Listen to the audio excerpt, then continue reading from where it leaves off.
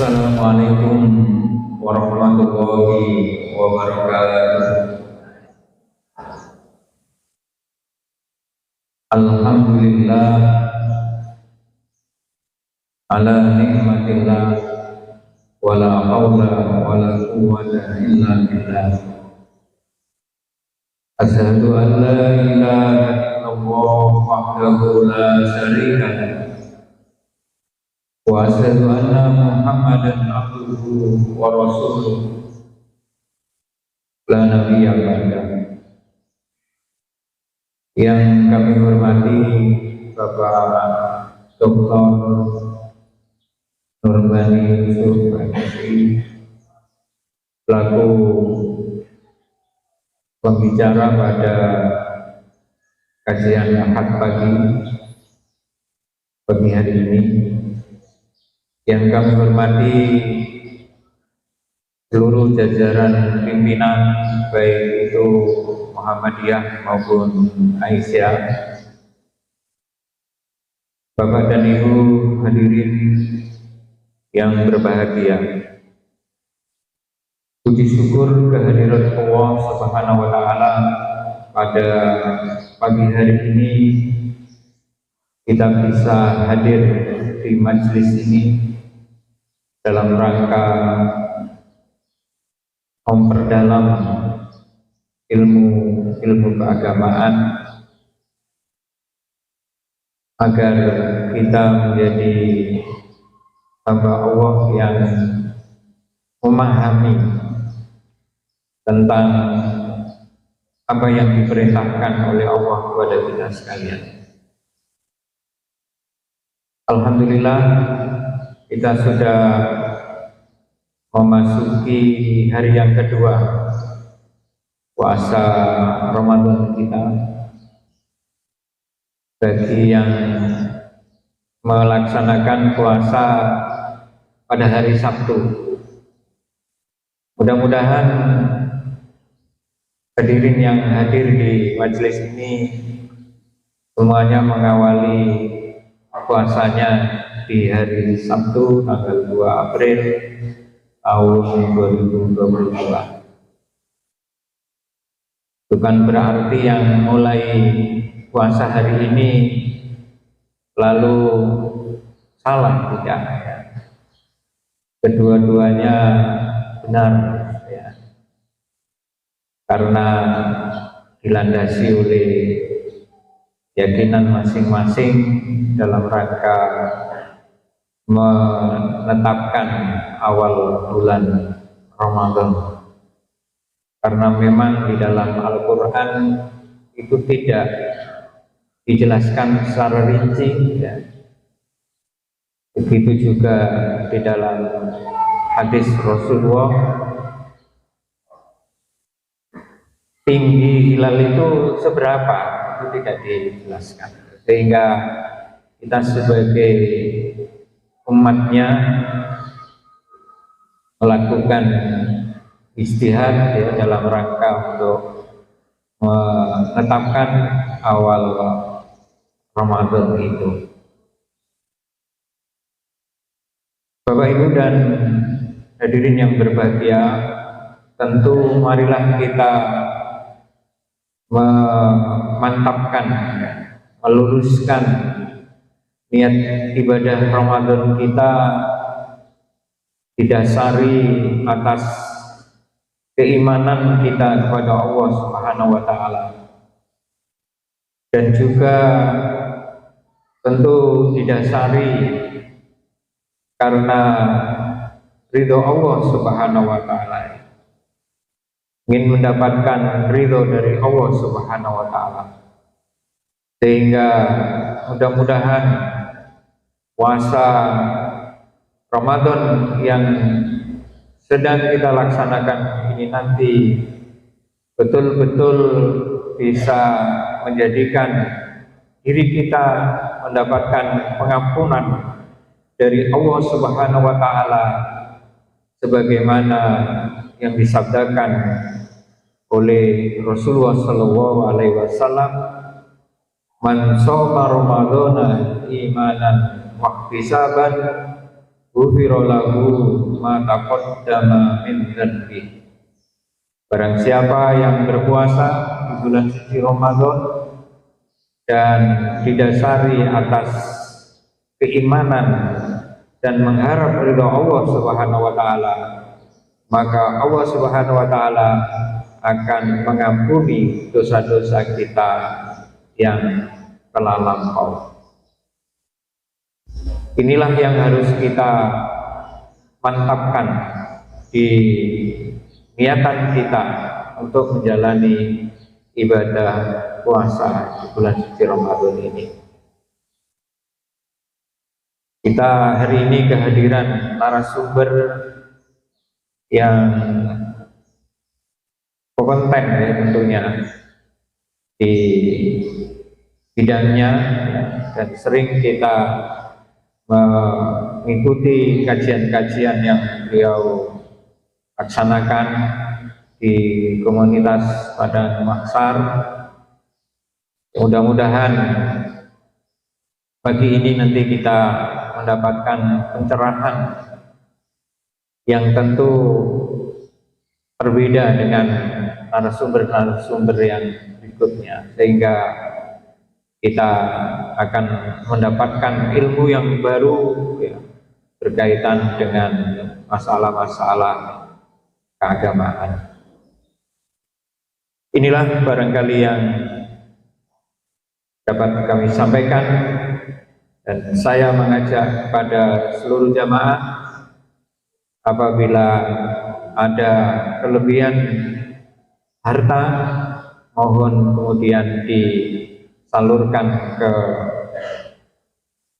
pimpinan daerah Muhammadiyah Kota Probolinggo, karena kita sedang membangun panti putra dan panti putri yang sedang berjalan, dan juga ada pembangunan di gedung dakwah PJM Kademangan yang juga sedang berlangsung pembangunannya.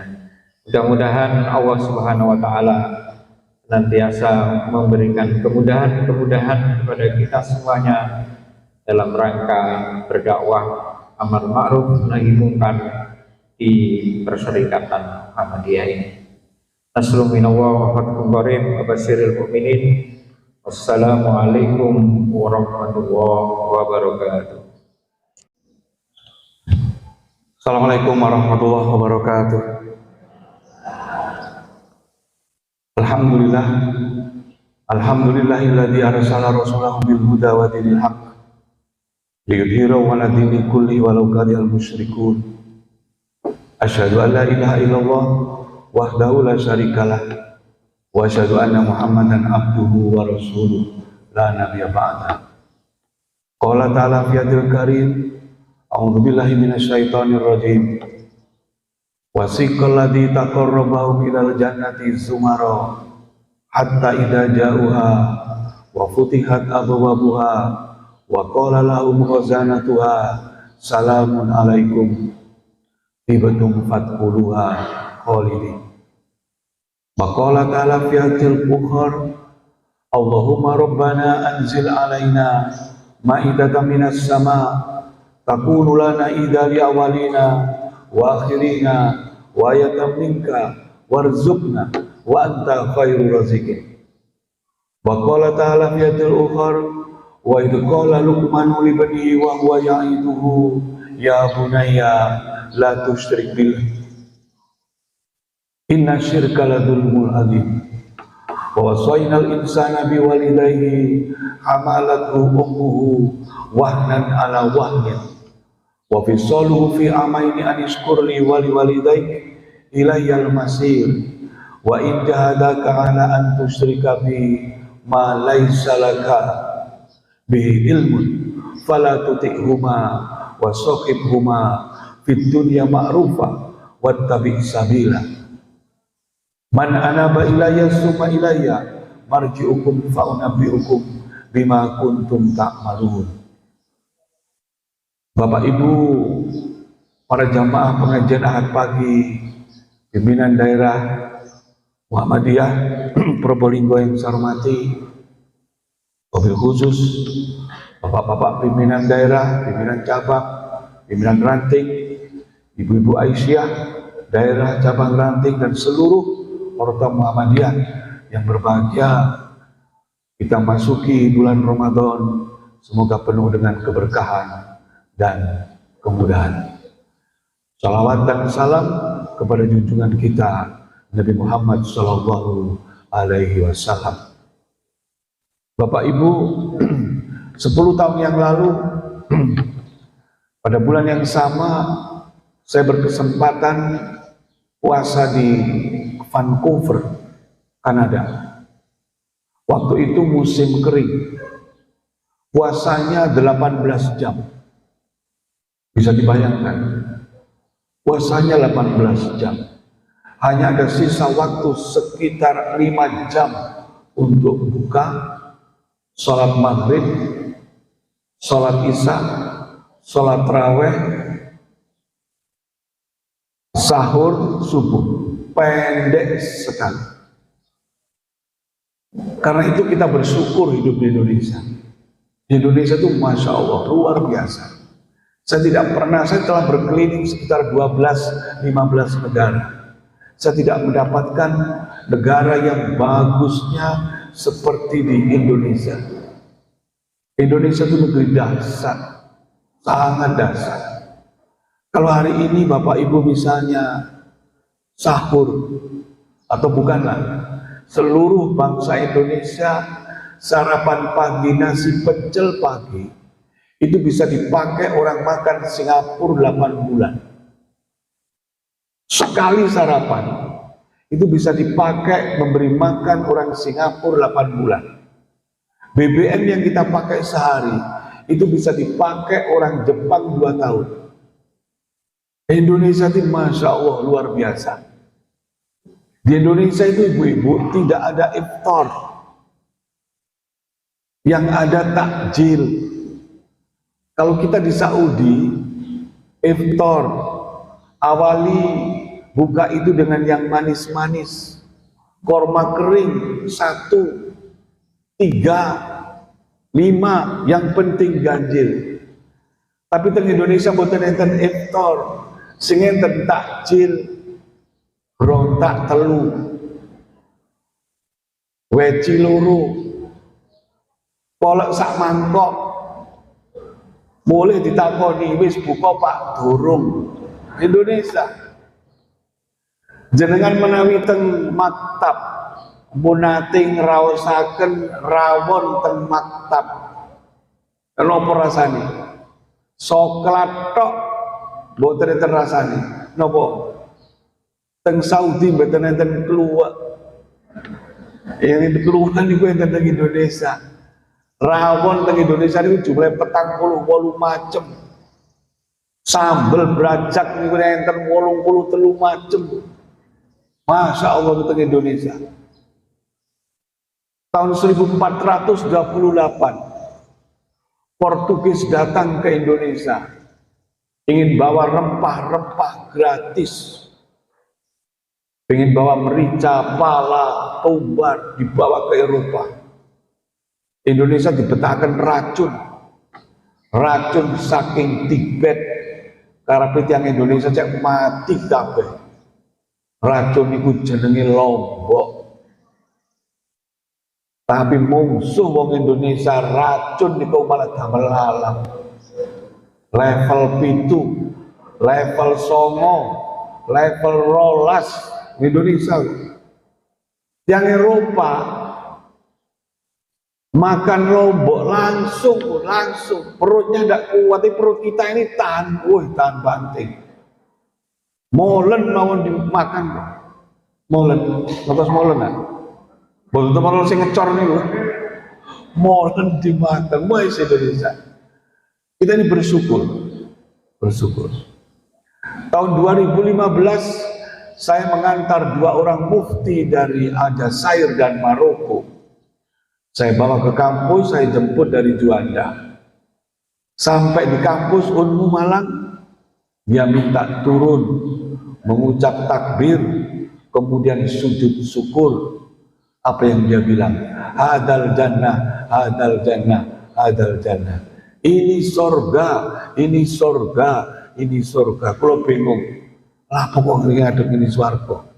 Ternyata kita lupa konsep surga dalam Al-Quran itu adalah tajri min tahtihal anhar, bangunan tinggi di bawahnya mengalir sungai. Niku swarga. Teng Mekah enten kali napa mboten? Teng Madinah enten kali mboten enten.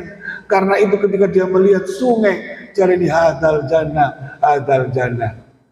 Datang Probolinggo swarga malah diuyui.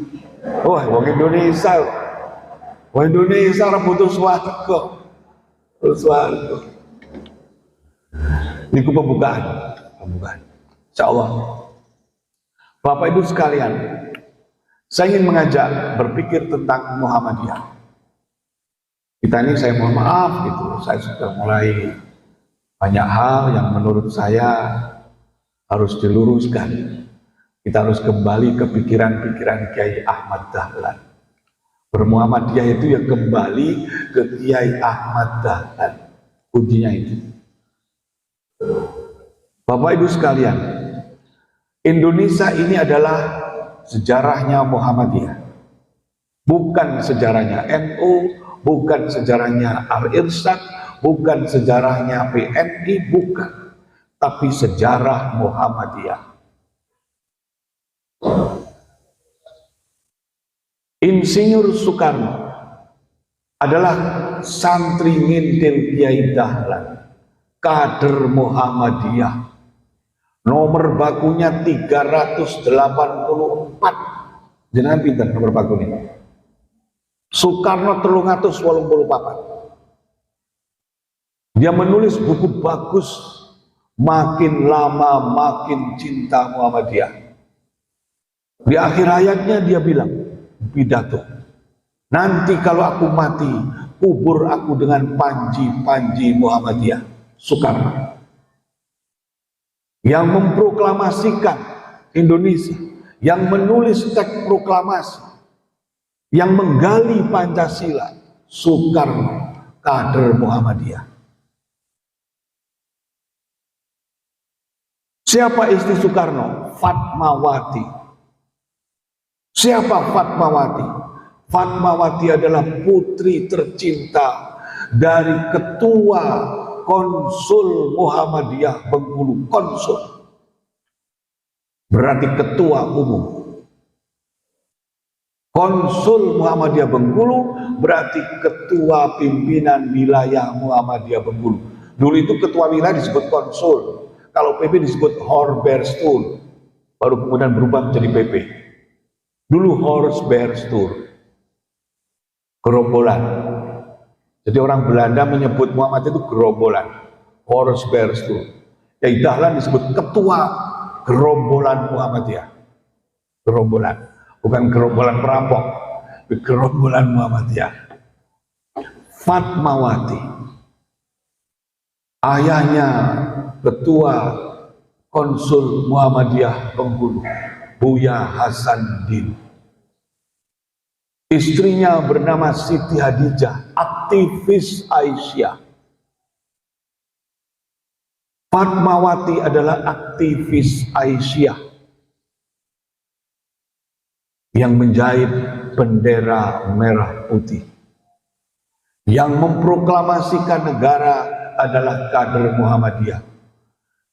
Yang menjahit bendera merah putih adalah kader Aisyah. Pertanyaannya, apakah Bapak Ibu sudah tahu? Nah, ini persoalannya. Orang Muhammadiyah itu orang roh, laiku kader. Maka jangan salahkan kalau kemudian Soekarno diklaim orang lain. Karena orang Muhammadiyah sendiri tidak mengakui. Jangan salahkan kalau Ibu Fatmawati diklaim orang lain. Karena orang Aisyah tidak mengakui. Jangankan mengakui, kenal saja tidak, tahu saja tidak. Ini Bapak Ibu sekalian yang perlu kita gali kembali. Soeharto, oh jangan tanya. Soeharto itu alumni SMP Muhammadiyah Kemusuk. Tapi kelas 2 DO, kan ada perang. Waktu itu saya mengikuti muktamar di Aceh. Waktu masih Pak R. Fakhrudin. Ibu Tin Soeharto pakai baju Aisyah, seragam Aisyah, itu di pesawat. Dikirimi oleh Ibu Siti Baroroh Bari, Ketua Aisyah saat itu. Ibu ada yang bersok? Ketua Aisyah terlama, Profesor Dr. Siti Baroroh Bari. Oh, terkenal banget. Kalau ibu nggak tahu, kebacut. Orang lain aja mengakui, ya Aisyah tidak tahu. Dikirim. Dan sebelumnya Pak R. Fakhrudin itu adalah orang yang paling sering diundang Pak Harto ke istana secara pribadi. Hampir setiap pekan, setiap minggu, ngopi.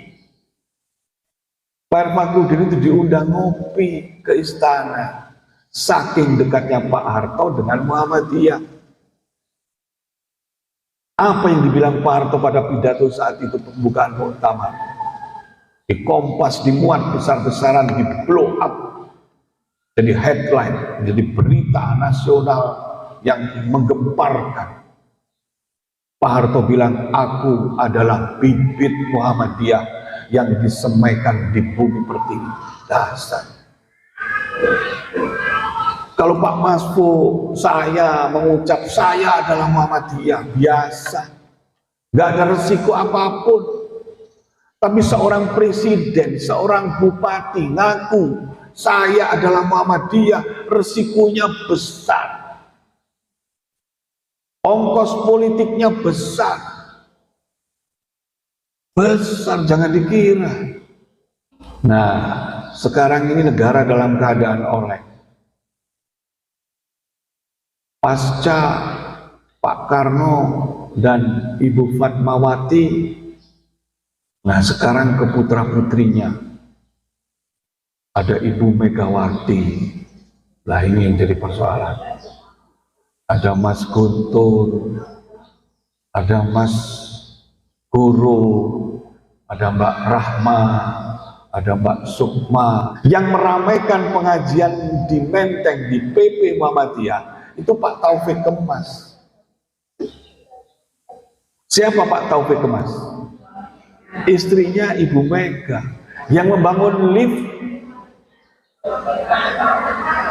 Pak Taufik Kemas, oh iya, suaminya Ibu Mega yang membangun lift itu Pak Taufik Kemas. Rajin, saya pernah 2 kali ketemu. Rajin datang ke PP Muhammadiyah. Bahkan ketika Pak Taufik Kemas meninggal, orang yang pertama kali ditelepon oleh Ibu Mega adalah Prof. Din Samsudin. Kemudian Buya Shafi'i Ma'arif. 2 orang ini lakukan dipasrai keluarga, memandikan, mengkafani, mensolati bersama keluarganya.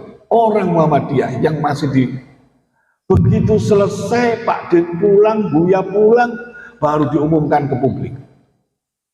Karena milik orang banyak, ya wis Cino, di kelenteng tahlilan, ya sudah milik publik, tapi secara syar'i Muhammadiyah terpenuhi.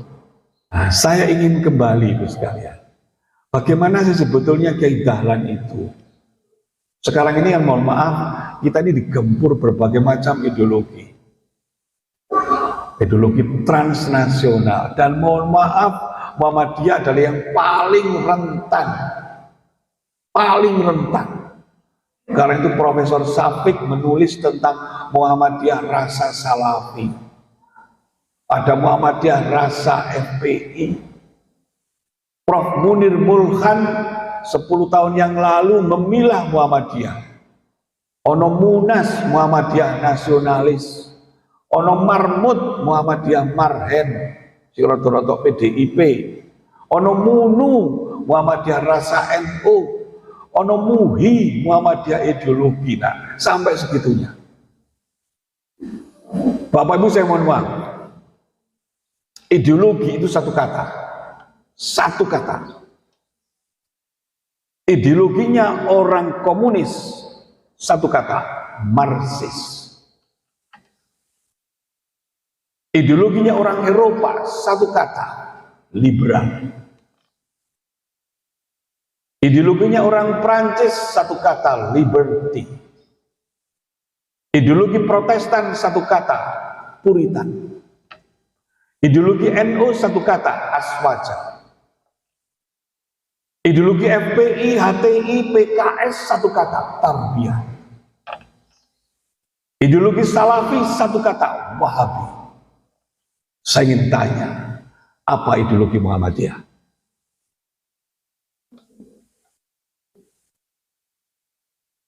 Saya ingin tanya, apa ideologi Muhammadiyah?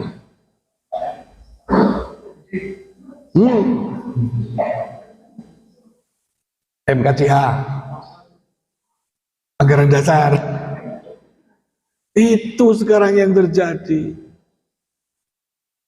Karena ada kekosongan maka saya tawarkan. Ideologi Muhammadiyah adalah Dahlaniyah. Adalah apa? Salah ai menengahi. Orang duwe kok. Dahlaniyah. Ayo Bantan. Habis itu kemudian, habis tulisan saya jadi viral, ditanggapi oleh Pak Haidar. Beliau tidak langsung menyebut Dahlaniyah, tapi beliau itu kan orang santun, orang yang tidak langsung bicara ceplas-ceplos kayak saya itu. Dia cuma bilang ideologi Muhammadiyah itu tidak jauh-jauh dari pendirinya. Nah, pendiri ini siapa? Wong Jogja lek ngomong yang ngono iku. Dahlaniyah. Lah dia ngaku Dahlaniyah enggak mau kok ngaku Wahabi. Ya Dahlaniyah. Ayo, kata lapo. Sudah ya itu aja.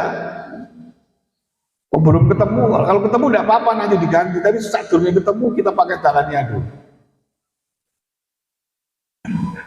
Itu. Nggak ada kita. Maka Muhammadiyah itu rentan sekali. Ono Salafi ikut Salafi, ono Wahabi ikut Wahabi, ono FPI ikut FPI. Kita bertengkar, kan nggak ada ideologi.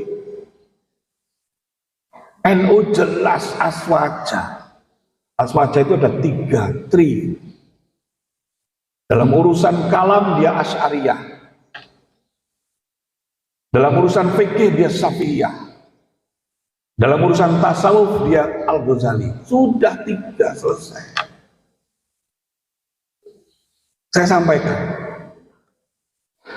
orang Muhammadiyah tidak usah khawatir Syiah hidup di Muhammadiyah. Gak bakalan. Syiah tidak bisa tumbuh di Muhammadiyah. Tapi Syiah akan tumbuh subur di kalangan Nahdliyin. Kenapa? Karena persamaan irisan-irisan teologis dan irisan-irisan ibadah. Di Syiah ada Ahlul Bait, di NU ada Habaib. Di Muhammadiyah ada enggak? Tidak ada. Jadi mirip. Syiah nyebut Ahlul Bait, NU nyebut Habaib, sama. Di NU ada Maulidil Rasul, di Syiah ada Maulidil Fatimah. Mirip. Kalau Syiah hidup di Muhammadiyah susah, sholatnya mesti pakai usoli, zikirnya keras, subuhnya pakai kunut, nggak bisa hidup di Muhammadiyah. Tapi Salafi tidak bisa tumbuh di NU. Salafi nggak bisa tumbuh di NU. Salafi tumbuh subur di Muhammadiyah. Kenapa? Karena persamaan irisan. Sholatnya orang podo orang yang ini. Sholat subuh podo orang gawe kunute. Sholat baca tahiyatnya enggak pakai Sayyidina, persis. Lah kita itu kadang-kadang gak iso bedakan. Mungkin ada persamaan-persamaan secara fikih, tapi secara teologis tidak sama. Dan kita tidak tahu. Nah ini kadang-kadang kita ini orang Muhammadiyah kan baik banget. Menurut saya itu, dan Muhammadiyah itu, aduh, sewai saya. Misalnya, kalau di Batu itu ya, kalau di sini saya tidak tahu. Di Batu itu biasanya teman-teman Salafi itu kan senangnya kalau sholat itu persis di belakang imam. Wajib banget. Itu saya pernah ikut Salafi 3 tahun, saya tahu persis. Ini konsep al-wala wal bara. Nah, kalau ada orang Muhammadiyah jadi imam, nah, biasanya dia itu dijawil. Afwan Ustaz, ada apa Mas? Bacaan Qur'annya kurang tartil, mesti ngono. Lah Muhammadiyah saking apike, ketika dibilang bacaannya kurang tartil, tafadhol. Mereka jadi imam, ya itu memang strateginya. Tapi lah di NU, Mbah, Yai, Yonopona, jenengan bacaan Qur'annya mboten tartil, napa jawabannya? Lah kepengin tartil golek masjid liya iki. Iku jawabane tiyang NU. Lek kon kepengin tartil golek masjid liya. Kalau Anda pengen tartil cari masjid lain. Ini masjid-masjidku dhewe tak imamawane dhewe. Jenengan jawaban iku leres napa mboten? Lek kula leres malah leres NU niku. Di antara persyaratan imam itu kan hijrah duluan, yang paham bacaan, yang pengetahuan agamanya bagus. Jangan lupa yang keempat. Si keempat itu kalau dihilang-hilangi rupanya ini. Nopo keempat itu? Mukimin. Niku sing penting. Lah masono Syekh teng Arab Saudi datang ke masjid saya. Lek kata persilahkan aja macam-macam. Ya baku maca kulhu tok karepku ta. Tetep dadi makmum. Salat tarawih nang masjid kula. Nomor Al-Baqarah. Yasin ngoten. Walab dolin amin. Alif lam mim. Allahu Akbar. Loh, bener apa ini? Walab dolin Yasin. Allahu Akbar. Kalau si cilik mawon nun Allahu Akbar. Angsal apa boten? Angsal. Boleh. Nek kebacut ngoten mawon. Kok ciumen gitu. Nah, itu barangkali Bapak Ibu ya. Saya ingin bawa kita lah, mulai rotok kenceng titik lagi. Kasus Banyuwangi itu menurut saya karena kita kurang kenceng. Serius itu. Apian lho, Muhammadiyah itu apian. Menyusun takmir, mau kampung dijak, akhirnya yang ngono itu. Kalau saya mengatakan bahwa urusan pengurus takmir, jangan libatkan siapapun, kudu wong Muhammadiyah. Masuk gak tanah masjid babah. Wis, tapi dadi takmir. Kan jenengan golek wong sregep-sregep. Wong sregep-sregep kudu duwe Muhammadiyah. Wong Muhammadiyah niku sregep lek urunan Pak Mas. Urunan sregep, tapi wayah ngiseni mesti beli. Kula niku insyaallah kula dalam masjid itu 3 Pak. Pribadi. Dari harta pribadi saya buat masjid 3. Yang satu habis 1,5 miliar, yang 2 habis 800 juta, saya wakafkan ke Muhammadiyah. Lah sing Padang Masar itu mboten kula wakungaken tadi dereng. Itu saya habis 3 miliar. Itu mulai dari kayu, dari lantai sampai atap semuanya kayu. Itu satu komplek dengan rumah saya. Niku kula nggen-ngeni dhewe. Sak karep-karepku ta. Tak nggen-ngeni dhewe. Adane kula remote. Di mana diadani wong anu tak artinya kita harus begitu. Jadi jangan gampang terbuka gitu loh. Kita itu terbuka banget. Penak-penak di Muhammadiyah itu. Wis dikene sekolahan, dikewekno universitas. Ajar dikon nyang pengajian lho wangel. Saestu untuk Muhammadiyah itu. Lah mboten kok dhewe mboten napa-napa. Kula niku enggak ada sederek guru teng SMK Ma'arif. Guru Padahal dia adalah ketua majelis tabligh Muhammadiyah. Ketua majelis tabligh Muhammadiyah, tapi dia juga seorang guru di SMK Mahari. Waya isi gosah Pak, tetep tinggani. Kenapa ya? Masih gocah tinggal ini gak peduli. Wajib hukumnya, nggih. Wajib hukumnya, wajib. Tidak ada buatan. Nah ini yang harus mulai dilakukan perubahan. Nah Bapak Ibu sekalian, terakhir saya ingin sampaikan begini.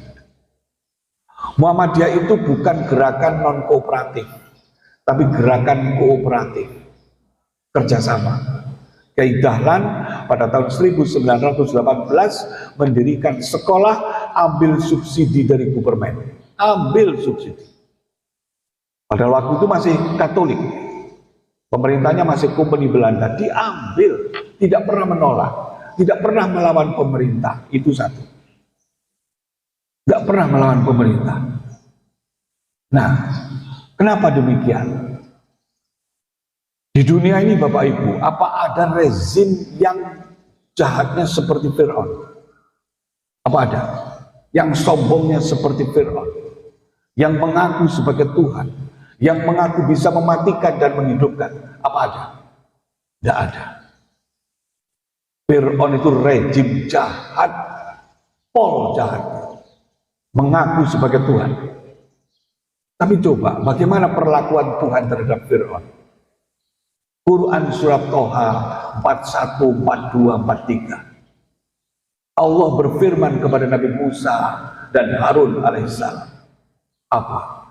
Idhab ila fir'auna innahu tagha. Pergilah kalian berdua kepada Fir'aun innahu tagha, karena sesungguhnya dia sangat melampaui batas, nemen sombongi, nemen zalimi. Karena dia sudah mengaku sebagai Tuhan. Tapi coba, bagaimana pesan Tuhan kepada Musa? Faqala lahu qaulan layyinata. Coba.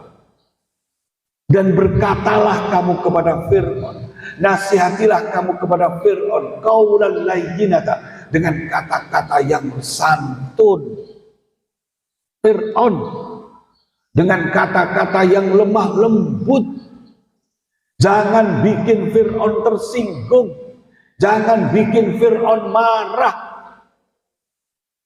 Jelas Ibnu Katsir tidak menafsirkan ayat ini karena qot'i, atau Bari juga tidak menafsirkan ayat ini karena ini qot'i. Faqala lahu qaulan layyinata, dan bernasihatlah kamu kepada Fir'aun dengan kata-kata yang lemah lembut. Jangan bikin dia tersinggung, jangan bikin dia marah kepada Fir'aun. Masih ditambah Tuhan mendoakan, la'allahu yatadzakkaru aw yash'a. Bayangkan, la'allahu yatadzakkaru aw yash'a. Tuhan mendoakan kepada Fir'aun, moga-moga dia takut dan ingat. Coba. Ayat ini seakan-akan tidak pernah turun kepada kita. Tidak boleh kita berkata kasar, tidak boleh kita mencela, tidak boleh mencela rezim, tidak boleh. Idhab ila fir'auna innahu tagha. Pergilah kamu wahai Musa dan Harun kepada Fir'aun. Innahu tagha, karena sungguh dia telah melampaui batas. Nemen zalimnya, nemen sombongnya. Tapi Tuhan masih berfirman, berpesan, faqala lahu qaulan layyinata, dan berkata-katalah kamu kepada Fir'aun dengan lemah lembut, dengan kasih sayang. Jangan bikin dia marah, jangan bikin dia tersinggung. La'allahu yatadzakkaru aw yash'a. Kemudian Tuhan mendoakan, moga-moga dia ingat dan takut. Waktu itu Fir'aun hampir taubat. Hampir taubat ketika di Laut Merah. Tapi Jibril cemburu, disumpal mulutnya dengan batu. Artinya apa? Kita tidak boleh mencela rezim. Kalau ngeritik datang, jangan di jalan-jalan. Ngeritik rezim kok di jalan-jalan, yang dikritik tidak dengar. Kayak Pak Fakhrudin gitu loh. Cak jagong, cak ngopi. Saya tuh biasa kalau di Batu, saya dengan wali kota saya ngopi. Seminggu sekali saya. Saya WA Pak Wali Kota, Bu Wali Kota bisa setiap saat, bisa saya telepon. Hari ini kalau saya telepon saya bisa. Saya bilang, Bu, mohon maaf, ini Valentine. Mohon hotel-hotel diperketat. Ya Pak, terima kasih. Bu, mohon maaf, ini tahun baru. Mohon alun-alun jangan dipakai. Bisa begitu. Dan beliau lebih senang daripada menyampaikan kritik di khotbah. Khotbah Jumat wali kota ini nggak dengar, dia ngeritik pemerintahan kita ini. Ngapain begitu? Bukan cara Muhammadiyah seperti itu. Dan bukan cara Nabi Muhammad. Kita tuh tidak boleh menghina sesembahan agama lain. Tidak boleh menghina Kristen. Tidak boleh menghina Siddhartha. Tidak boleh menghina Injil, tidak boleh menghina Rig Veda, Satur Veda, Sama Veda, tidak boleh. Tidak boleh. Yad'una min dunillah. Kita tidak boleh menghina sesembahan selain Allah. Al-An'am 108.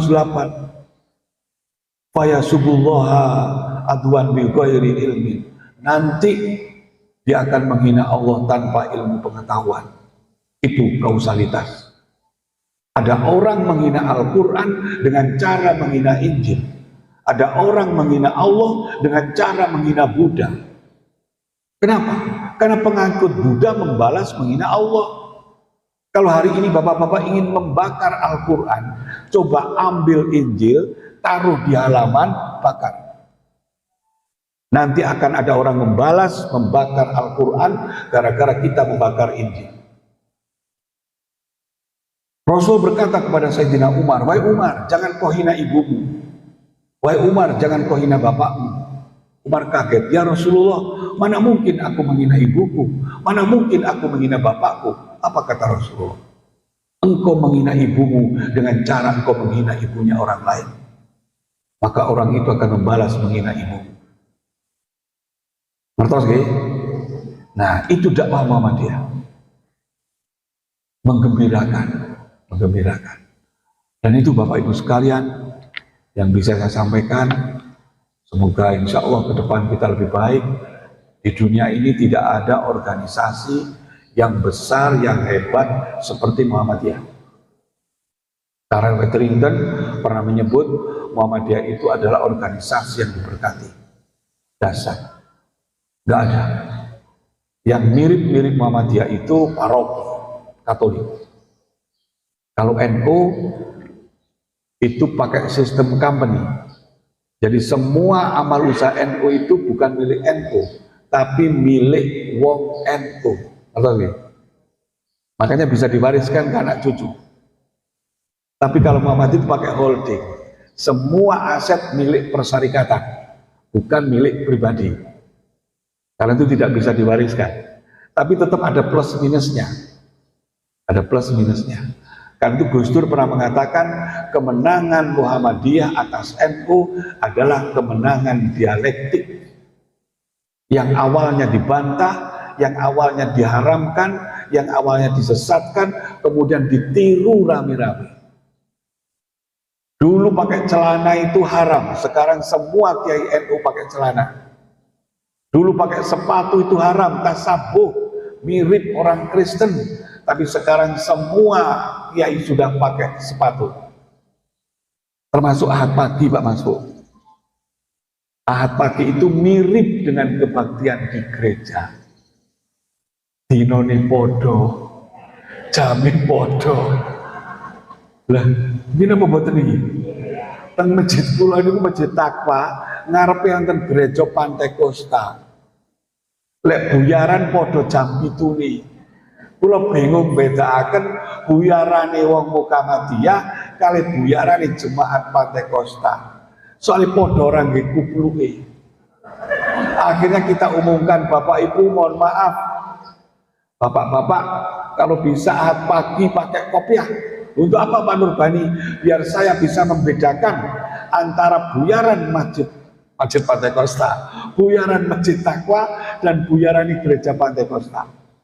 Jangan dikira siapa yang pertama kali melaksanakan kajian ahad pagi. Ayo, sopo? Siapa? Sinten? Siapa yang pertama kali melakukan kajian ahad pagi? Dr. Insinyur Imaduddin Abdurrahim, Rektor Institut Teknologi Bandung. Bang Imad, konconi Cak Nurholis Majid, itu di Masjid Salman Bandung, pertama kali bikin kajian ahad pagi. Karena waktu itu Kristen buyat banget mahasiswa ini, maka beliau menandingi dengan kuliah duha persis jam 6. Saya masih ingat, wong Muhammadiyah bilang itu tasabuh. Wong Muhammadiyah, saya masih ingat itu. Jariku koyok gereja kebaktian dino Minggu. Tapi saiki ternyata wong Muhammadiyah mulai PP sampai PDM sampai PCM gak afdol lek kano kajian ahad pagi. Iki kajian ahad pagi nopo kajian Minggu pagi nih kita jadi. Itu tasabuh, tapi Buya Yunahar jelas bilang tidak ada bid'ah dalam urusan ghairu mahdhah. Bid'ah hanya ada dalam ibadah mahdhah. Ini bukan ibadah mahdhah, tapi ghairu mahdhah. Sakarep minggu isuk sakarepmu, Mariasar yo sakarepmu, Barlohor yo sakarepmu. Lah apa kok minggu yo kok besok ora itu. Sempatnya memang pagi. Itu baru sekalian yang bisa saya sampaikan, semoga bermanfaat. Kurang lebihnya saya mohon maaf. Billahi bisabilil haq, wasfabiqul khairat. Assalamualaikum warahmatullahi wabarakatuh.